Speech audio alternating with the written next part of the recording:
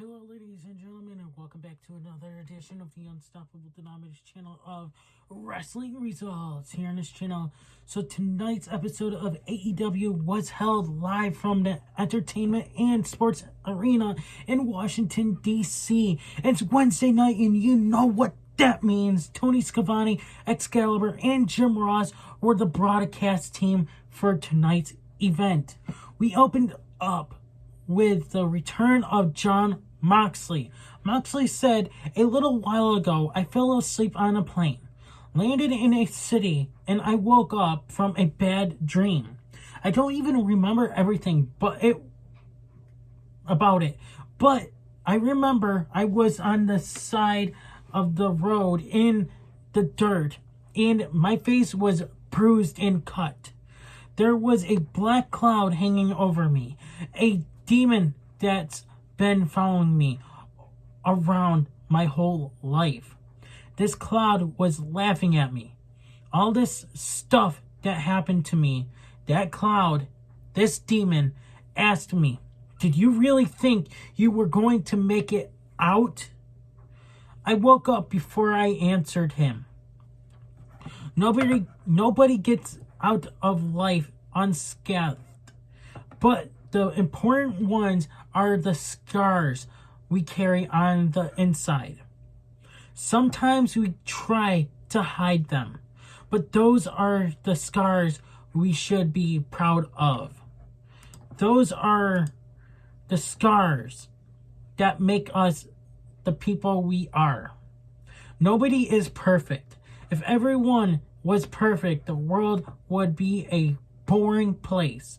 Everyone should be able to stand up, scars all, and say, 'Hey, this is me.' I'm sure there are plenty of people that want to write me off. If you want to doubt me, I'll tell you the same thing I told that demon. You can take all that and shove it up your ass. I don't run from demons. For anyone that had my back, thank you. Buckle up. We are going for a ride in 2022. Now more than ever, I am truly free. I have been to hell. I wouldn't recommend it, but it is very liberating. So if there's anybody in AEW who thinks they can put me through more hell than I've already been through, now know this. You thought I was dangerous before? These days, all I drink is blood." And he dropped the mic and walked right out of the ring. MJF was backstage with Wardlow. MJF apologized to Wardlow for losing his cool last week, but MJF said he couldn't allow Wardlow to put his hands on him again. "I'm sorry, MJF, but you're the one who cost Wardlow the match." So he had to dock his pay. MJF said that tonight Spears is going to show the world and Wardlow how to get the job done against PG Punk. Okay, well, if you didn't get involved in Wardlow's match, he probably would have beaten CM Punk if you didn't cost him that match, MJF. Guarantee mixed tag team match. Freshly squeezed Orange Cassidy and Chris Statlander versus Adam Cole, baby, and AEW Women's World Champion Dr. Britt Baker, DMD. Statlander tried to square up with Britt Baker, but Britt immediately tagged out to Cole. Orange Cassidy came into the ring, but then Cole tagged out to Britt. Statlander tagged in and scooped Baker and slammed her. Chris went for the Big Bang Theory, but Britt escaped and tagged out to Cole. Orange Cassidy hit a flying crossbody on Cole. Orange tried a swinging DDT, but Cole pushed him away. and then blasted him with a thrust kick. Orange rallied back in with a swinging DDT, but Cole rolled to the outside of the ring. Baker charged in, but Chris booted her and then planted Baker with a delayed standing vertical suplex. Statlander connected with a pendulum moonsault onto Baker on the outside of the ring. Orange and Chris celebrated, but then Cole and Baker landed a pair of super kicks on their opponents.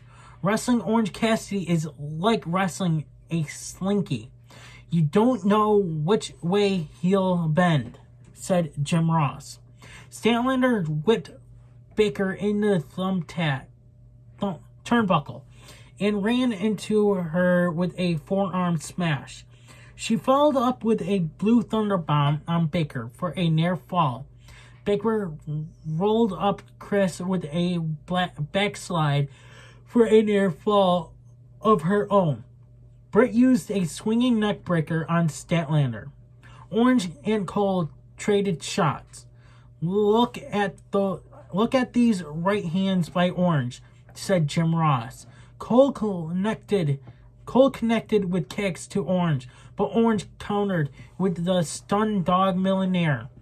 Baker made the blind tag and curb stomped Orange. Statlander tagged in and planted Baker for a near fall. Statlander knows she can beat Britt Baker. It happened before, said Excalibur. But not lately, replied Jim Ross. Cole used himself as a human shield to cover Britt Baker, but Statlander hit them both with the Area 451 splash. Orange Cassidy hit Cole with the beach break. Orange Cassidy removed his elbow pad, but Cole retreated to the ramp. Cassidy tried to hurl himself over the rope, but Cole landed the super kick on Orange. Britt Baker blindsided Chris with a kick and drilled her with a Pittsburgh sunset. Cole nailed Orange with a Panama sunrise, but Orange kicked out of the pin attempt. Cole and Baker moved the timekeeper's table and just outside the ring. Orange Cassidy tried the Superman punch on Cole, but Cole ducked. Orange tried to pump the brakes, but he accidentally collided with Britt. His momentum sending Britt crashing through the table, and range Cole hit a low blow on Orange, and then Cole dropped the boom enough to pin Orange Cassidy. Alex Marves was backstage with the Inner Circles. Chris Jericho, Santana, and Ortiz. Jericho, I don't care about Eddie Kingston, but Ortiz says, Chris, with all due respect, maybe you don't care about Kingston, but we do. Santana, and something Eddie said last week rang true. Maybe next week we'll focus more on ourselves and then less on you, Chris. Feel me?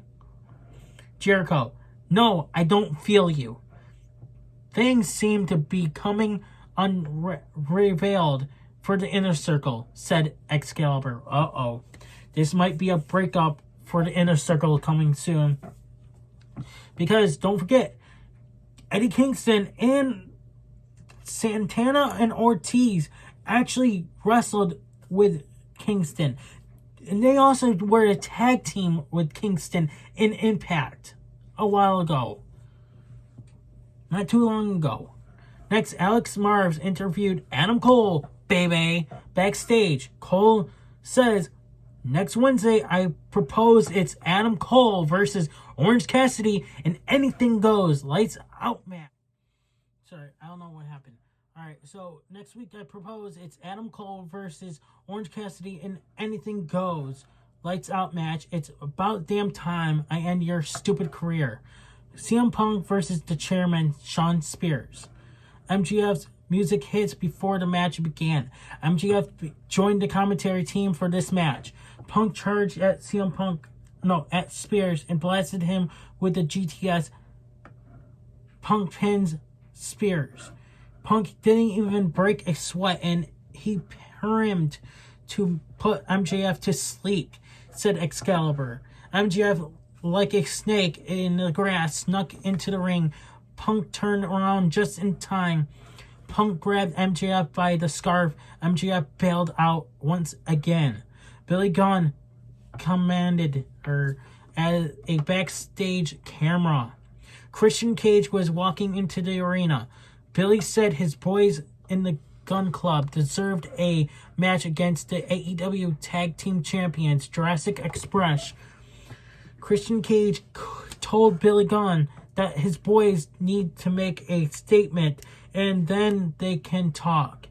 Austin and Colton ambushed Christian Cage and mugged him, hurling him into the loading dock door. TNT champion, American Nightmare, Cody Rhodes returns. Boo! Cody pulled a ladder out from beneath the ring and set it up in the middle of the ring. Cody Rhodes says, "What do you guys want to talk about?" I'm reminded from the last match about a man who sat on the ramp and gave one of the most important speeches of our life. It was the first hint of a revolution. I'm talking about CM Punk and the pipe bomb. Somebody told me to save this promo, but I'm honestly not sure I'll get the chance to, so I'm going to do it now. And then in that interview, mapped and listed things that were taboo. Going New Japan, working for Ring of Honor, tagging with the Young Bucks. He didn't do those things. But as fate would have it, he would eventually wind up here of what Pro Wrestling Illustrated called for comeback of the year. But this is the comeback of the decade. We are all living and loving it. But in the absence and void that CM Punk left behind, someone did each and every one of those things. I did them. I had held every grain of the revolution in my hands, in each and every one of those you cheered. You want to ask why I won't turn heel? It's because you cheered me when I needed it most. People talk about the forbidden door. It's a proper noun. It's in the vernacle. Check the recipes. Check the dates. Receipts. Check the dates before there was a forbidden door. I was the one that built it. And I'm gone for 2 weeks, and I see that the Young Bucks last week in the opening segment almost started the Monday Night Wars all over again. And then my friend Ricky Starks gets into a tiff with Jay Lethal. Word to the wise: you don't kick out of the lethal injection. Avoid. And Malachi Black, a guy who added to loses to my career. And I hate to lose. And he got help. And if you come to AEW, Brody, you've got balls. But I'll tell you now, in 8 years, when that kid shows up, I think it's pretty clear what he do. What will he do? I know Tony Khan sent a contract to me and Sammy Guevara. Beach break. 2 titles, Sammy Guevara. What do you say? Backstage, Tony Schiavone was with TBS champion Jade Cargill and Anna Jay. Schiavone notified us that Anna Jay has accepted Jade Cargill's open challenge. Anna Jay says, I wrapped barbed wire around my arm just to win a match. I will do whatever it takes to win a match. Will you? The House of Black, Malachi Black and Brody King versus Varsity Blondes, Griff Garrison and Brian Pillman Jr. with Julia Hart. Black and Brody used quick tags to storm Griff with an onslaught of offense. Pillman tagged in and was about to go for the springboard drop kick, but Pillman questioned his confidence and stepped down. Brody ran outside of the ring and rammed Griff's head into the ring steps. Back in the ring, Malachi Black and Brody King dismantled Pillman with the double team, Dante's Inferno, and then pinned him. Pac appeared on the big screen. He was wearing a blindfold. House of Black, I'm going to make a major out of you. Brandon Cutler was backstage. Trent Beretta and Rocky Ramone jumped into frame. Rocky, I just got back from Japan and I was feeling nostalgic.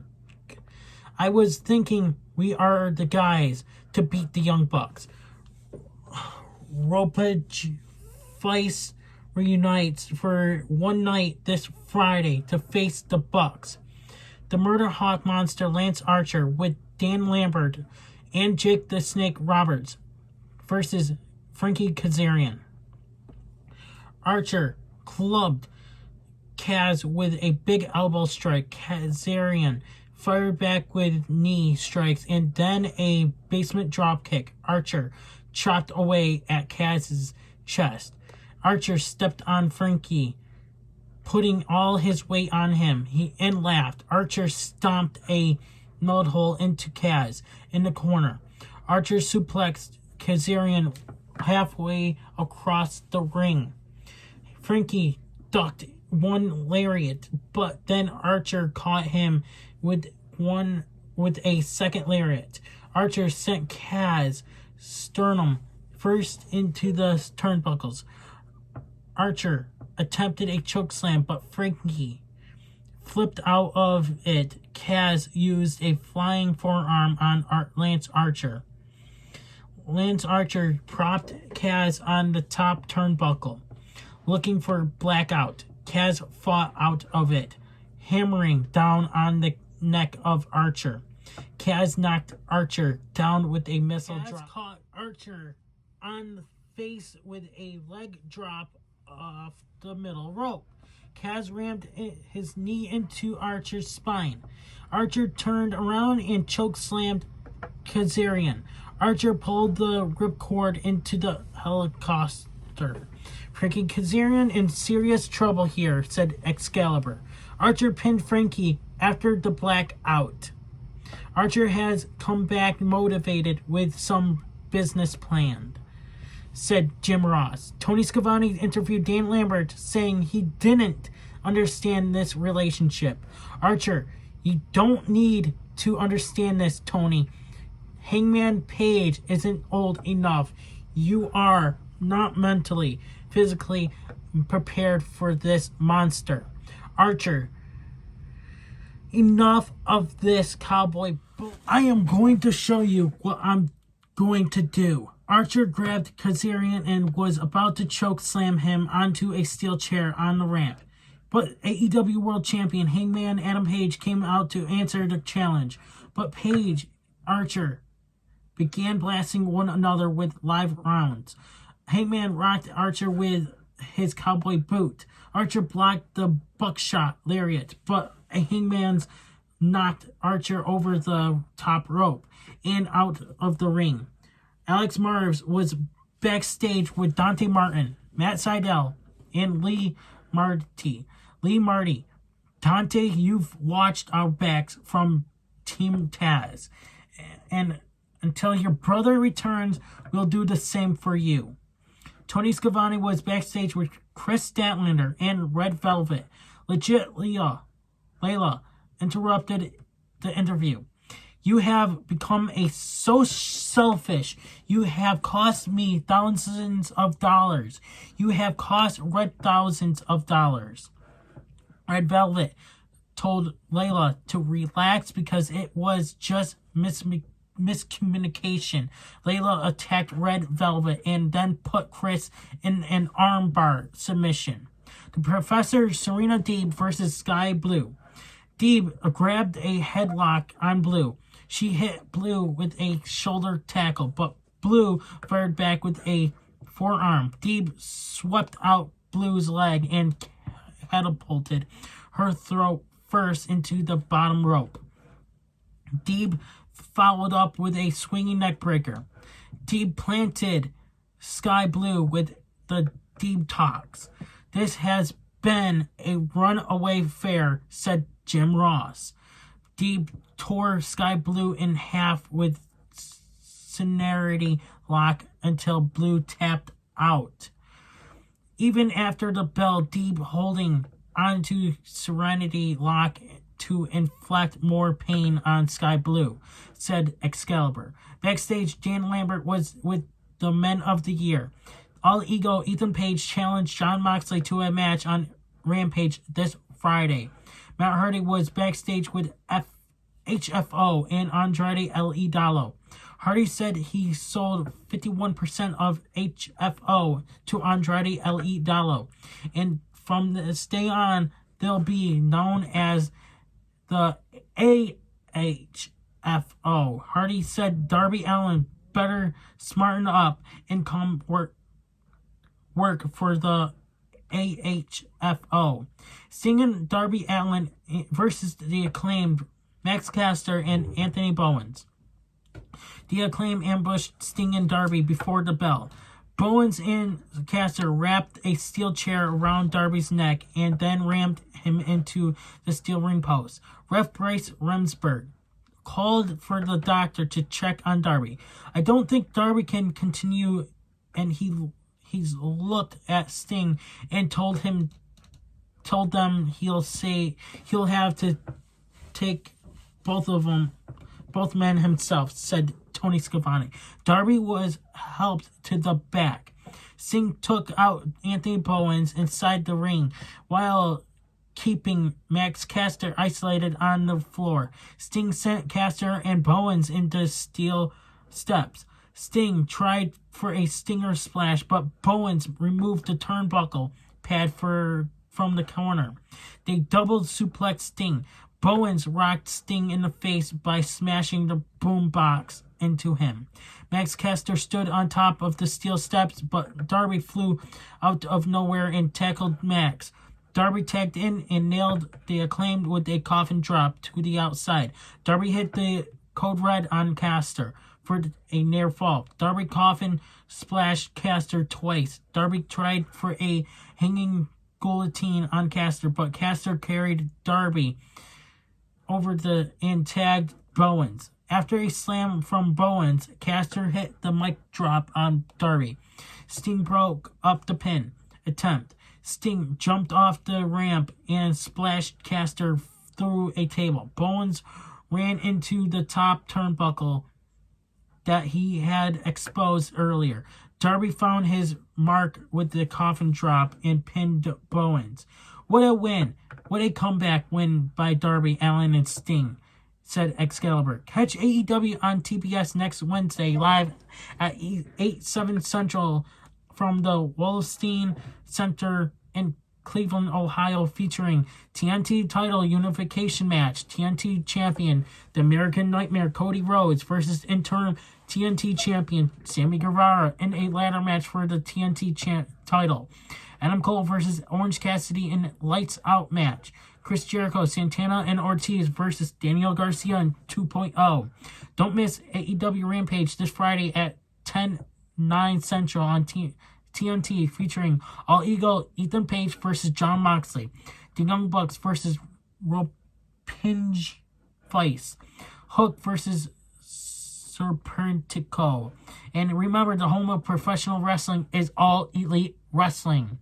Thank you. Finally, I got through this freaking results without no distractions by saying out of room from my phone. It was all apps that was saying making me run out of room. Like literally, I had so many apps that was making it run out of room of this phone. I don't know how, but fuck Apple. Anyways, guys, thank you guys for watching. Please subscribe, hit the notification bell so that guys do not miss an upload here on this channel.